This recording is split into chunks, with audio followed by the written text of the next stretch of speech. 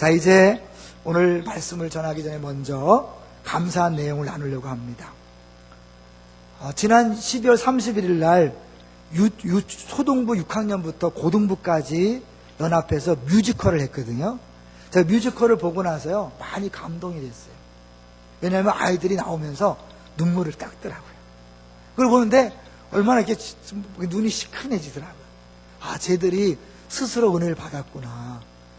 담임 목사가 주도하지 않고 교육위원회에서 자발적으로 진행한 프로그램을 통해서 아이들이 뮤지컬 하면서 주님 만나는 거 너무너무 좋다. 그리고 그런 걸 할 수 있는 교회가 너무너무 좋다. 그래서 감사한 마음이 있었어요. 그렇게 수고하신 모든 분들에게 감사를 드리고 또 뒤에서 기도해 줬던 학부형들과 우리 성도들에게 감사한 마음을 전합니다. 두 번째는 우리 목요일부터 금요일까지 교육자 수련회가 있었는데요. 너무너무 행복했어요. 우리 교육자 한 명이 그런 고백을 하더라고요. 내가 지금까지 웃은 것보다 더 많이 웃은 것 같다. 그만큼 1박 2일 동안 마음껏 웃을 수 있었어요. 그것은 결국 우리가 아름다운 공동체가 되었기 때문이라고 생각합니다. 여러분, 기대도 좋습니다. 우리 교육자가 하나 되면 하나님께서 거하십니다. 하나님께서 일하십니다. 믿습니까? 뒤에서 기도해 주시고 후원해 주신 분들에게 한 번 더 감사를 드립니다. 마지막 세 번째로는요, 제가 이번에 수련회를 통해서 저 개인적으로도 큰 기쁨이 있었는데요. 좀 죄송한 말씀이지만 이번에 우리 족구 시합을 할 때 책 내기했습니다. 굉장히 거룩하죠. 밥 사기가 아니라 책 사주기를 했어요. 그래서 제가 속한 팀이 이겼어요. 그래서 제가 책을 우리 부교육자들이 사줬어요. 또 저랑 같은 팀도 책을 얻었어요. 그래서 감사했습니다. 굉장히 반응이 안 좋네요. 어떻게 담임 목사가 부교육자 책을 뺏어 먹냐 이런 거예요? 저는 나름대로 굉장히 감사해서 했는데 표정들이 너무 안 좋았습니다. 오늘 제목은 기대하라 2014 응답하라 1994를 패러디한 겁니다. 기대하라 2014. 여러분, 새해가 기대되십니까? 우리가 성구영신 예배 때 만사형통의 축복을 제가 빌었죠. 시편 1편을 근거로 하는 모든 일이 형통한 한 해가 될 것을 기대했습니다. 주야로 말씀을 묵상하는 자에게 만사형통의 복을 분명히 약속했기 때문에 우리 그렇게 될 줄로 믿습니다. 이제 오늘 새해 첫 주를 맞이해서 또 하나의 기대하는 설교를 하려고 합니다. 그래서 하나님께서 새 일을 행하실 것을 기대하는 2014년이 되시기를 주의 이름으로 축원합니다. 저는 오늘 본문 말씀을 묵상하면서 한 가지 굉장히 많이 고민한 부분이 있어요. 그것은 18절이에요. 한번 보겠습니다. 바로 본론에 들어가서 18절에 보시면 같이 읽어볼까요? 시작. 너희는 이전 일을 기억하지 말며 옛날 일을 생각하지 말라. 이전 일을 기억하지 말며 옛날 일을 생각하지 말라. 그냥 과거의 상처를 잊어버리고 아픔을 잊어버리라는 건가? 그러면 간단하지만 이 본문 내용이 그렇지 않아요. 앞에 볼까요? 이 이전이란 뭔가 하냐면 16절 17절에 나와 있잖아요. 같이 읽어보죠. 시작. 나 여호와가 이같이 말하노라. 바다 가운데의 길을 큰 물 가운데에 지름길을 내고 병거와 말과 군대 용사를 이끌어내어 그들이 일시에 엎드러져 일어나지 못하고 소멸하기를 꺼져가는 등불 같게 하였느니라. 하였느니라 과거일이죠. 그러면 이게 무슨 일 같아요? 바다 가운데의 길을 큰 물 가운데 지름길, 홍해가 갈라진 사건을 이야기하는 거죠. 그리고 17절에는 병거와 말과 군대 용사를 이끌어내어 엎드러져 일어나지 못하겠다. 애국 군대를 완전히 홍해바다에 수장시킨 그 내용을 얘기하는 거예요. 근데 그것을 잊어버려라. 그것을 생각하지 말라고 합니다. 성경은 계속해서 이 출애굽 사건을 기억하라고 말씀합니다.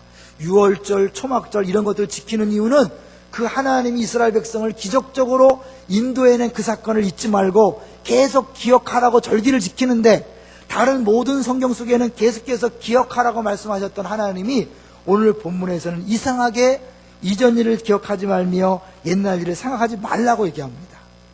이걸 구체적으로 살펴보기 전에 먼저요, 이 출애굽 시에 일어났던 일, 홍해가 갈라진 사건을 다시 한번 우리가 확인해 보려고 합니다. 출애굽기 14장 한번 가볼까요? 이게 얼마나 어마어마한 일인가를 아셔야 그것들을 기억하지 말라고 하시는 하나님 말씀을 이해할 수 있습니다. 출애굽기 14장 6절로 가볼까요? 성경을 많이 보신 분들, 또 이미 이것들은 성경을 몰라도 알고 있는 내용이지만 구체적으로 확인해 보려고 합니다. 출애굽기 14장 6절입니다. 6절. 이스라엘 백성이 나가겠다고 하니까 바로가 계속 나갔죠. 그래서 하나님이 10가지 재앙을 퍼부으니까 할 수 없이 두 손 두 발 들고 나가라. 다 나간 다음에 바로가 생각해 보니까 큰일 났거든요. 그 많은 노예들을 보내고 나면 이제 우리 노동력을 어디서 구하나. 그러면서 어떻게 다시 그들을 붙잡으려고 애굽 전군에 동원령을 내립니다. 그게 이제 6절이에요. 볼까요? 6절 시작. 바로가 곧 그의 병거를 갖추고 그의 백성을 데리고 갈새. 7절. 선발된 병거 600대와 애굽의 모든 병거를 동원하니 지휘관들이 다 거느렸더라. 오늘 말하면 탱크 600대와 또 모든 자동차 그런저를 동원해서 모든 지휘관들을 다 소집해서 뒤따라간 거예요. 그러니까 애굽의 전 군대가 쫓아간 거죠. 8절을 볼까요? 시작. 여호와께서 애굽 왕 바로의 마음을 완악하게 하셨으므로 그가 이스라엘 자손의 뒤를 따르니 이스라엘 자손이 담대히 나갔습니다. 9절. 애굽 사람들과 바로의 말들 병거들과 그 마병과 그 군대가 그들의 뒤를 따라 바알스본 맞은편 비하히롯 곁 해변 그들이 장막 침대에 미치니라. 이스라엘 백성들은 걸어가는데 거기를 어떻게 해요? 병거를 타고 철병을 타고 쫓아오니까 금방 쫓아올 수 있었죠. 그런데 하나님께서 이스라엘 백성 홍해를 갈라놓고 거기를 지나게 하시는 거죠. 한번 15절을 볼까요? 15절 시작. 여호와께서 모세에게 이르시되 너는 어찌하여 내게 부르짖느냐? 이스라엘 자손에게 명령하여 앞으로 나아가게 하고 16절. 지팡이를 들고 손을 바다 위로 내밀어 그것이 갈라지게 하라. 이스라엘 자손이 바다 가운데서 마른 땅으로 행하리라. 바다가 갈라지고 그 사이를 지나간 거예요. 믿어지십니까? 그리고 그 다음에 어떻게 해요? 애굽 사람들이 따라가요. 따라가게 한 건 하나님께서 그렇게 일부러 하신 거예요. 왜? 그들을 다 물에 빠뜨려 죽이려고. 18절을 볼까요? 18절 시작. 내가 바로와 그의 병거와 마병으로 말미암아 영광을 얻을 때에야 애굽 사람들이 나를 여호와인 줄 알리라 하시더니. 그러니까 사실 이스라엘 백성들이 쫙 지나가는데 그들을 바짝 쫓아온 거예요. 만약에 다 지나갔다면 이미 닫았겠죠. 지나가는 그 사이에 따라왔기 때문에 바짝 뒤를 쫓아왔어요. 근데 어떻게 그들이 그 이스라엘 백성들을 못 죽였냐? 그건 23절이에요. 23절. 한번 볼까요? 시작. 애굽 사람들과 바로의 말들, 병거들과 그 마병들이 다 그들의 뒤를 추격하여 바다 가운데로 들어오는지라. 24절. 새벽에 여호와께서 불과 구름 기둥 가운데서 애굽 군대를 보시고 애굽 군대를 어지럽게 하시며. 25절. 그들의 병거 바퀴를 벗겨서 달리기가 어렵게 하시니 애굽 사람들이 이르되 이스라엘 앞에서 우리가 도망하자. 여호와가 그들을 위하여 싸워 애굽 사람들을 친도다. 막 쫓아가는데 하나님이 그들을 막 꼼짝 못하도록 막 만드시는 거예요. 그러니까 이제 큰일 났다 싶어 도망가려고 하는데 도망도 못 가는 거예요. 그러니까 완전 홍해 가운데 양옆에 딱 이렇게 전체 꼼짝 못하게 있다가 이스라엘 백성이 다 지나간 다음에 하나님이 물을 합쳐버렸죠. 자, 27절 볼까요? 27절 시작. 모세가 곧 손을 바다 위로 내밀매 새벽이 되어 바다의 힘이 회복된지라. 애굽 사람들이 물을 거슬러 도망하나 여호와께서 애굽 사람들을 바다 가운데 엎으시니. 28절. 물이 다시 흘러 병거들과 기병들을 덮되 그들의 뒤를 따라 바다에 들어간 바로의 군대를 다 덮으니 하나도 남지 아니하였더라. 사실 이 사건을 통해서 애굽은요 완전히 찌그러집니다. 그래서 여러분 기회가 되시면 성경과 5대 제국이라는 책을 한번 구입해서 읽어보세요. 거기 보면 이 저자가 역사상 최고의 제국들 5개를 꼽는데 아수르, 바벨론, 페르시아, 헬라, 로마예요. 애굽은 집어넣지 않아요. 이집트는 안 집어넣어요. 왜냐하면 이집트가 이때 이 홍해 사건으로 완전히 국력이 쇠약해졌기 때문에 제국이라고 말할 수 없기 때문에 빼버린 거예요. 이건 역사적인 사실인 거예요. 근데 여러분 정말 이 출애굽 사건, 홍해가 갈라져서 사람이 지나가고 이스라엘 백성 지나가고 애굽 군대가 다 물에 빠져 죽은 걸 정말 믿습니까? 정말 믿습니까? 이게 안 믿어진다면 오늘 본문은 이야기할 게 없거든요. 여러분의 믿음을 도와드리기 위해서 영상을 하나 준비했습니다. 이게 과학적 사실이고 역사적 사실임을 보여주는 증거가 있습니다. 한번 영상을 같이 볼까요? In the spring of 2000, a robotic camera was lowered into these waters for the first time.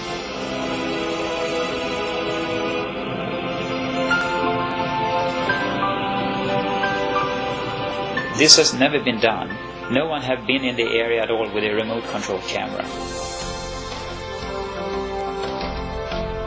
The robotic camera's survey revealed many shapes and objects familiar to Muller, including coral formations with right angles, arches, discs, and straight shafts fused into larger masses that had the appearance of twisted wreckage. Now, when we have been able to go back and forth with a remote control camera, we can repeatedly see that these strange structures we are looking for are there. Not at one place, but you see them again and again and again. There are situations where you see something that looks like an axle, a hub, something that looks like a wheel, and you say to yourself, this is not a coral reef, this is a coral growth on an artifact. And that is what's different to me when I compare corals at other locations around the world. Since the earliest explorations at Nueva, one distinctive type of formation has often been identified on the sea floor.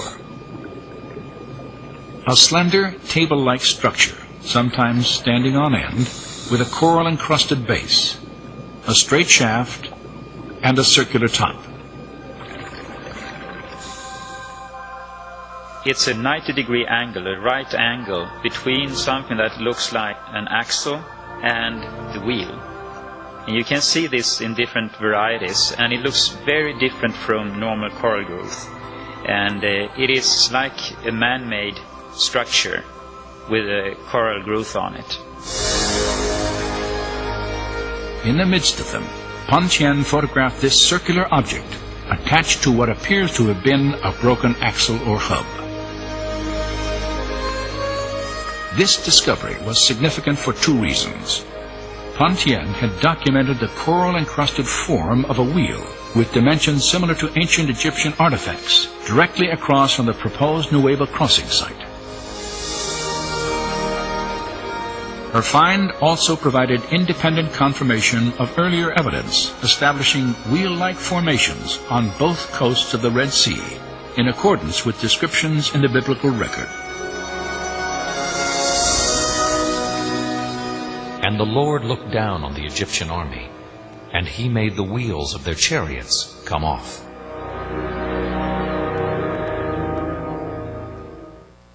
The seafloor is smooth and contains gradual contours. Our first artifact to inspect is this chariot wheel that still has 3 of its 4 spokes, plus the hub is extending upward. We see 90-degree angles here, which are a sign of man-made structure. The Lord looked down upon the army of the Egyptians, and he took off their chariot wheels.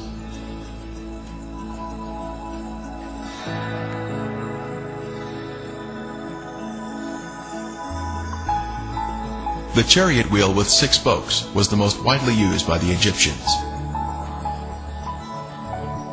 Egyptian chariots were known to use metal hubs in the center of the wheels. Using metal detectors, divers have found metal in the raised hubs that are now covered in coral. Here we see another 4-spoked chariot wheel with 1 spoke missing and a center raised hub. The coral here has preserved the chariot parts by retaining the man-made structure, even after the wood has disappeared. Here we see another wheel suspended on its axle, standing at attention. It has 6 spokes and a raised center hub.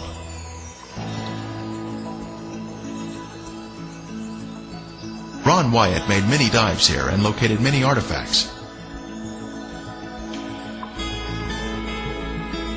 This could have once been a chariot cab.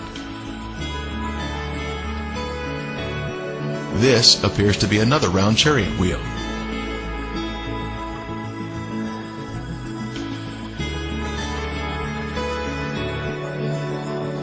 Horse remains have also been found here, such as this shrunken hoof. Horses are not in the Sinai Peninsula today. Human remains have also been found, such as this coral-covered femur bone on the right. Lab tests confirmed that it is in fact bone.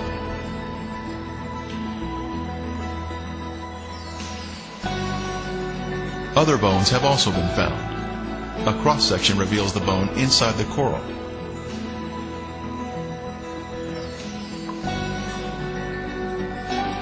Here we see a chariot wheel standing on its axle in this old 1978 footage shot by Ron Wyatt.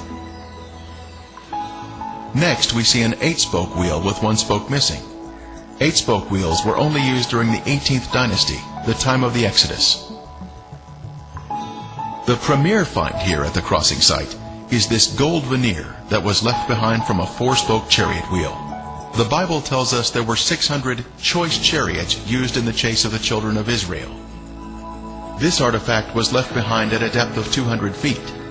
Since specialized equipment would be necessary to raise it to the surface, today it is still in the location where it was found.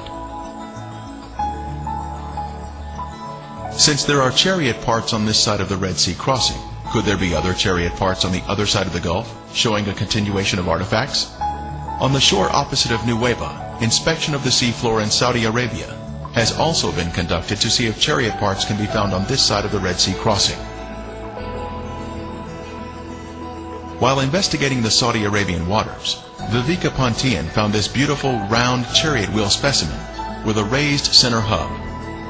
This is confirmation of the chariot parts continuing to the other side of the crossing site, opposite Nuweiba. 무엇을 의미하는지 아시겠죠?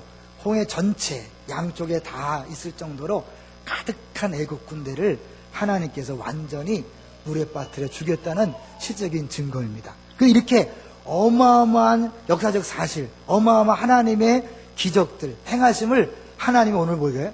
기억하지 말라. 다시 보죠. 우리 본문 43절, 이사야 43장 우리 18절을 보겠습니다. 이게 너무 엄청난 일인데 하나님이 그것을 기억하지 말라고 그래요. 18절 다시 읽어봅니다. 시작. 너희는 이전 일을 기억하지 말며 옛날 일을 생각하지 말라. 왜요? 19절에 보라 내가 새 일을 행하리니 이제 나타날 것이라. 너희가 그것을 알지 못하겠느냐? 반드시 내가 광야의 길을 사막에 강을 내리니.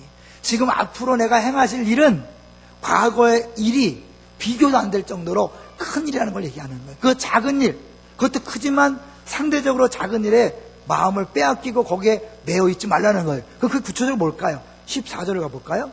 이거는 구체적으로 바벨론으로부터 그들이 예루살렘으로 돌아올 것을 이야기하는 거예요. 14절 시작. 너희의 구속자여 이스라엘의 거룩하니 여호와가 말하노라.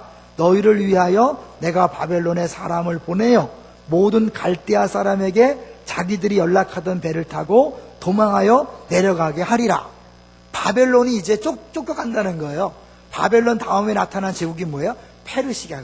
그러니까 페르시아가 완전한 그런 연합국이 되기 전까지 메데파사라고 나와 있잖아요. 메데파사. 그러니까 결국 그 메데파사의 고레스 왕이 이스라엘 백성을 돌아가라 그래요.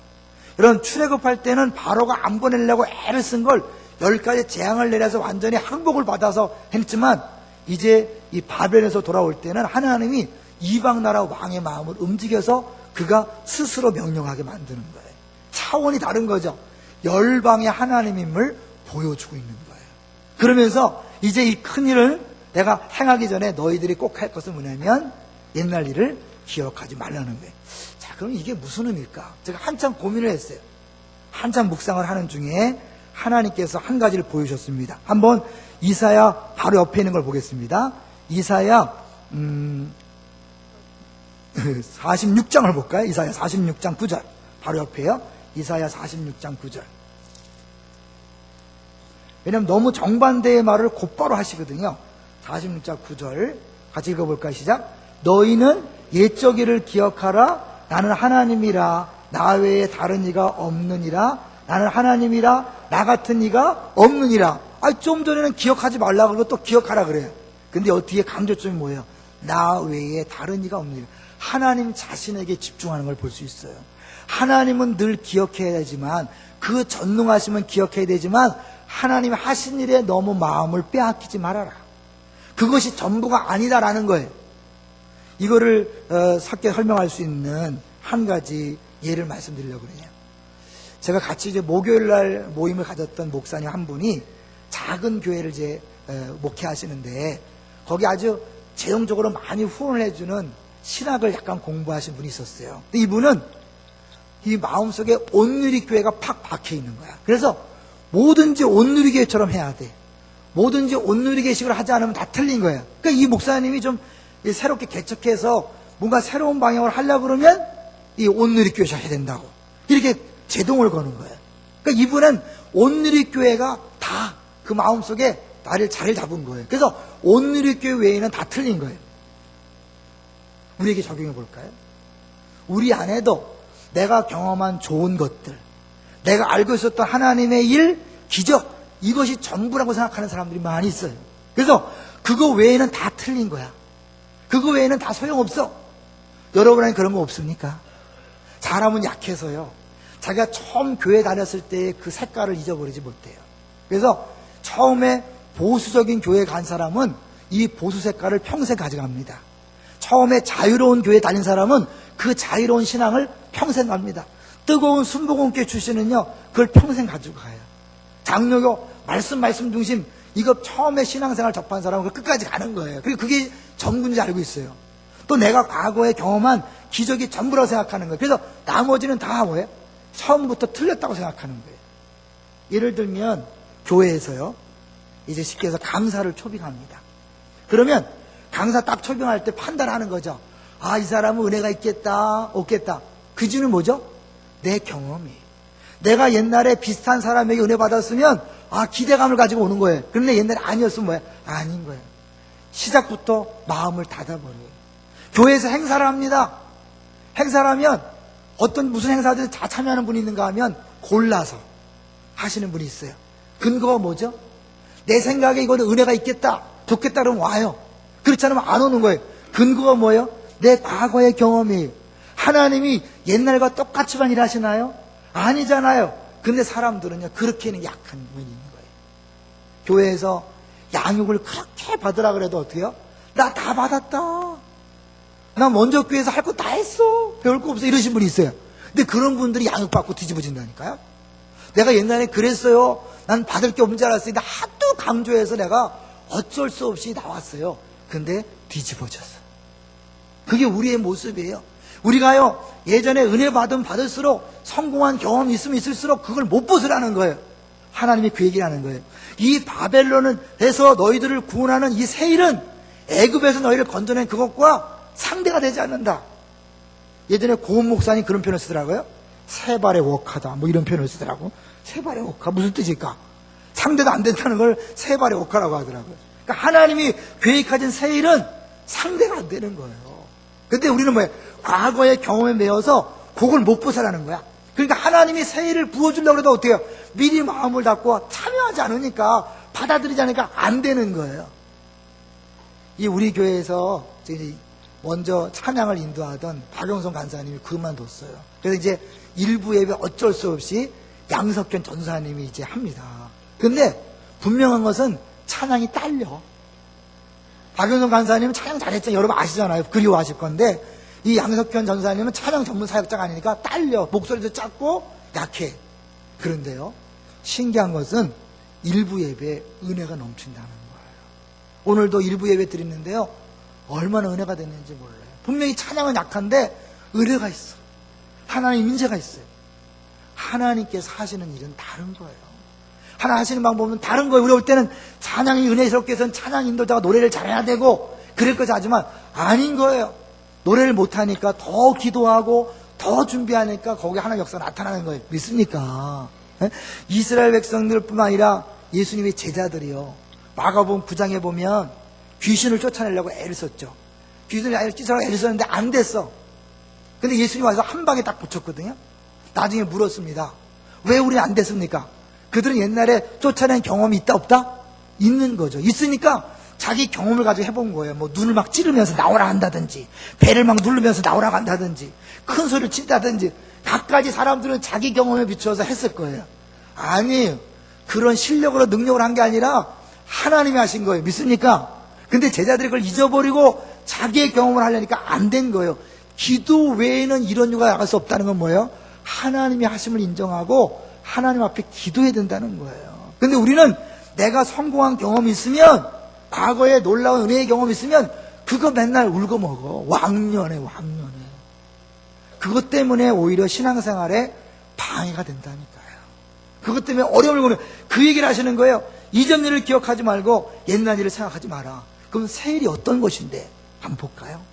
새 일을 행한다 그랬는데 그걸 뭐냐면 20절 다시 보죠. 19절 시작. 보라, 내가 새 일을 행하리니 이제 나타낼 것이라 너희가 그것을 알지 못하겠느냐? 반드시 내가 광야의 길을 사막에 강을 내리니. 이걸 간단히 설명하면 이스라엘 백성이 바벨론에서 예루살렘에 돌아오는 그 황량한 사막 광야길 갈 때 그들을 보호하고 그들에게 필요한 물을 공급하시겠다는 거예요. 이사야 42장으로 가볼까요? 이사야 42장 9절 10절 보겠습니다. 이사야 42장 9절 10절. 근데 이거는 이미 예언된 내용이라고. 왜냐하면 70년 만에 풀어주겠다 그랬잖아요. 자, 9절부터 읽어볼까요? 시작. 보라, 전에 예언한 일이 이미 이루어졌느니라. 이제 내가 새 일을 알리노라. 그 일이 시작되기 전에라도 너에게 이르노라. 10절. 항해하는 자들과 바다 가운데의 만물과 섬들과 거기에 사는 사람들아, 여호와께 새 노래로 노래하며 땅끝에서부터 찬송하라. 하나님이 새 일을 행하시니까 새 노래로 노래하라는 거예요. 그만큼 뭐예요? 새 노래라는 거는 이전에 경험하지 못했던 놀라운 일이라는 것을 보여주고 있는 거죠. 더 구체적으로 보겠습니다. 이사야 35장으로 가볼까요? 이사야 35장. 같은 이사야니까요. 35장 6절부터 10절을 보겠습니다. 6절. 이사야 35장 6절. 구체적으로 이 새 일이 무엇인가를 보여주고 있습니다. 시작. 그때에 저는 자는 사슴같이 뛸 것이며 말 못하는 자의 혀는 노래하리니 이는 광야에서 물이 솟겠고 사막에서 시내가 흐를 것임이라. 7절. 뜨거운 사막이 변하여 못이 될 것이며 메마른 땅이 변하여 원천이 될 것이며 승량이 늪돈 곳에 풀과 갈대와 부들이 날 것이며. 8절. 거기에 대로가 있어 그 길을 거룩한 길이라 일컫는 바 되리니 깨끗하지 못한 자는 지나가지 못하겠고 오직 구속함을 받은 자들을 위하여 있게 될 것이라. 우매한 행위는 그 길로 다니지 못할 것이며. 계속해서 거기에는 사자가 없고 사나운 짐승이 그리로 올라가지 아니하므로 그것을 만나지 못하겠고 오직 구속함을 받은 자만 그리로 행할 것이며. 10절. 여호와의 속량을 받은 자들이 돌아오되 노래하며 시온에 이르러 그들의 머리 위에 영영한 희락을 띠고 기쁨과 즐거움을 얻으리니 슬픔과 탄식이 사라지려다. 시온으로 돌아오는 길에 맹수들을 못 오게 해서 막아주고 물을 줘서 그들이 목말라 죽지 않고 돌아올 수 있도록 하겠다는 거예요. 그러니까 바벨론에서 돌아오는 것을 이야기하는 거죠. 근데 그걸만 얘기하는 게 아니에요. 이사야 40장으로 가보세요. 여기에는 바벨론 포로에 돌아갈 뿐만 아니라 예수님이 이 땅에 오실 것을 미리 얘기하는 거예요. 자, 이사야 40장 3절부터 4절. 읽으시면서 신학의 내용을 기억해 보세요. 40장 3절 4절 시작. 외치는 자의 소리여 이르되 너희는 광야에서 여호와의 길을 예비하라. 사막에서 우리 하나님의 대로를 평탄하게 하라. 골짜기마다 도두어지며 산마다 언덕마다 낮아지며 고르지 아니한 곳이 평탄하게 되며 험한 곳이 평지가 될 것이요. 뭐에 대한 얘기예요? 세례 요한이 이 땅에 와서 하신 사역을 얘기할 때 이 말씀을 인용했잖아요. 그러니까 뭐예요? 예수님이 이 땅에 오실 것을 이야기하는 거죠. 그러니까 하나님이 행하실 새 일은 바벨론에서 포로로부터 돌아올 뿐만 아니라 메시아를 이 땅에 보내심으로 말미암아 예수님 말씀하신 생수의 강이 터져 나오게 할 것을 이야기하는 거예요. 플러스 그것뿐만 아니라 하나 더 있어요. 이사야 48장 가볼까요? 이사야 65장으로 가보세요. 이사야 65장 우리 17절부터 볼까요? 이사야 65장 17절. 이사야 65장 17절 시작. 보라 내가 새 하늘과 새 땅을 창조하나니 이전 것은 기억되거나 마음에 생각나지 아니할 것이라. 멈출까요? 새 하늘과 새 땅은 언제 이루어지는 거죠? 예수님이 재림하실 때. 다 끝까지 볼까요? 65장 25절을 보세요. 25절 끝절 시작. 이리와 어린 양이 함께 먹을 것이며 사자가 소처럼 짚을 먹을 것이며 뱀은 흙을 양식으로 삼을 것이니 나의 성산에서는 해함도 없겠고 상함도 없으리라 여호와께서 말씀하시니라. 언제 이루어질 일이에요? 예수님 재림할 때 이루어질 일인 거예요. 그러니까 하나님께서 말씀하신 새 일은 1차적으로 바벨론 포로에서 돌아오는 것이요, 2차적으로 예수님의 초림으로 이루어질 일이요, 예수님 재림으로 이루어질 이 모든 것들이 다 포함된 거예요. 그러니 단순히 애굽에서 그들을 건져내서 홍해를 가르고 애굽 사람들을 수장시킨 것, 이거는 뭐예요? 상대도 안 되는 거라는 거예요. 이미 경험한 출애굽 사건이 어마어마한 일이지만, 홍해 기적이 어마어마한 거지만 그것과 하나님이 행하실 일은 상대가 안 된다는 거예요. 할렐루야! 그러니까 여러분, 하나님께서 우리를 위해서 하실 새 일은 여러분이 과거에 경험하지 못했던 엄청난 일이 기다리고 있다는 거예요. 믿습니까? 근데 여전히 내가 알고 있는 거, 내가 경험한 그것을 가지고 조금만 벗어나도 틀렸어, 아니야, 안 됩니다, 그렇게 하면 안 됩니다, 이렇게 말씀하시는 분들이 있더라니까. 그걸 강조하는 거예요. 아니에요, 여러분. 하나님께서 하실 일을 기대한다면 여러분의 모든 경험과 생각과 그것들을 내려놓으세요. 그리고 교회에서 뭘 하겠다 그러면 그냥 순종하고 따라오세요. 하나님이 어떤 예배, 어떤 강사, 어떤 행사를 통해서 일하실지 모르잖아요. 제가요 2013년을 생각해 봤어요. 2013년에 연초에 내가 생각한 것과 2013년 중간에 주께서 행하신 일을 비교해 보면 상상할 수 없는 일이 이루어진 거예요. 내가 간증을 몇 번 했기 때문에 짧게 얘기하면요, 호주에서 제가요 한 달 동안 호주의 우리 교민들을 섬기면서, 야, 어떻게 내가 이런 일을 했지, 내가 어떻게 여기 와 있고 이들을 섬기게 되었는가, 하나님 앞에서 상상할 수 없었던 일이 벌어진 거예요. 그게 우리 인생이고 우리 목회고 우리 신앙생활이에요. 믿습니까? 여러분이 지금까지 전혀 경험하지 못했던 일을 주께서 계획하고 있는 줄로 믿습니다. 저는 그래서 그때 너무 큰 경험이 있기 때문에, 큰 은혜가 있기 때문에 우리 교회의 비전, 한민족 디아스포라를 섬기는 비전이 있잖아요. 전 세계에 흩어져 있는 한민족 우리 동포들을 섬겨서 그들이 전 세계 복음화를 이끌도록 하는 게 우리 비전이에요. 궁극적 비전. 그런데 그걸 위해서 여러분에게 한 사람이 한 나라씩 책임지라고 그랬죠. 저는 개인적으로 마음속으로 내가 호주를 책임지겠다는 마음이 지금 조금씩 들고 있어요. 호주 교민들, 호주 이민교회를 섬겨야 되겠다. 여러분들 한 나라씩 한번 책임져 주시면 좋겠어요. 마음에 와닿는 부분을 책임지세요. 근데 제가 그렇게 할 수 있었던 것도 그만큼 하나님이 하신 일이 너무 큼을 느꼈기 때문에 그래요. 저의 또 부족한 면을 같이 나누려고 합니다. 저는 원래 인천 희망교회에서 4년 있었다고 그랬죠. 지금은 이름이 없어졌어요. 근데 4년 동안 무지 힘들게 목회했습니다. 목사님이 아주 시집살이 세게 시켜갖고 나를 만나는 사람이 그랬어요. 아직도 거기 있어? 이 정도로. 그 정도 제가 세게 훈련받았는데, 김광철 목사가 나 안산동학교 오라고 그럴 때 안 오려고 그랬어요. 왜냐면 다 교회가 격이지 뭘 거기서 거기지, 별 새로운 게 있나? 왜냐면 그 목사님 막 심하게 막 고생을 시켜도 가끔 회식을 잘 시켜줘요. 고급 식당 가서. 그래갖고 제가요, 아, 이런 맛이 있는데 뭐 고생도 하고 좋은 것도 있는 거지, 다 그런 거지. 그래서 내가 안 가려고 그래요. 안 떠나려고 그랬어요. 근데 막 한 달 내내 전화로 오라고 그래갖고 진짜 도저히 못 견뎌서 제가 나왔어요. 나왔는데 안산동성교 가보니까 전혀 다른 목회 현장에, 사실 제가 배웠던 그 목회는요, 그 목회는 왕권 목회예요. 담임 목사가 한마디 하면 그대로 다 돼야 돼. 그런 말도 있어요. 칼을 뽑거나 총을 뽑으면 반드시 죽여야 한다. 여러분, 이게 전통 목회 무서움인가 아세요? 목사는 대항하는 사람은 반드시 죽여야 된다는 거예요. 왜? 반드시 또 반기를 드니까. 이게 전통 목회 구단들이 하는 얘기예요. 제가 그걸 배웠어요. 그래서 부교육자가 대신 총을 쏴라, 뭐 이런 얘기, 여러분 상상도 못한 얘기 있을 거예요. 마음에 안 들면 반드시 그렇대 팽시키는 일을 그런 걸 해요. 죄송하지만. 그리고 목회를 잘한다고 그렇게 얘기해요. 제가 그걸 배웠다가 동산교회 오니까 많이 달라요. 김인지 목사님은 완전 권위가 없는 거야. 후딱하면 뭐 죄송합니다 막 우시고 뭐, 그리고 막 여행 가잖아요. 짝짓기 2명 3명 하잖아요. 막 그 여집사님 발로 막 차면서 막 뜯어내갖고 어떻게 목사가 저런가 그럴 정도로 그렇게 망가지는 모습을 보여주는 거예요. 그러면서 섬김의 목회가 뭔가를 제가 가르쳐줬어요. 전혀 다른 세계예요. 만약에 제가 안산동산교회 안 왔다면요, 그런 목회를 몰랐을 거예요.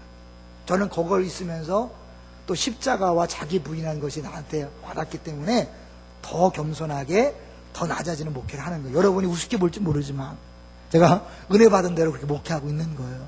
제가 만약에 예전에 내가 갖고 있는 게 전부라고 생각했다면 지금 이 모습 없었을 거예요. 우리 기쁨의 동산교회도 없었을 거예요. 하나님이 하시는 일은요, 우리의 상상을 초월합니다. 믿습니까? 여러분이 갖고 있었던 거, 경험한 거 좋은 거예요. 근데 그것을 주신 하나님을 붙잡아야지.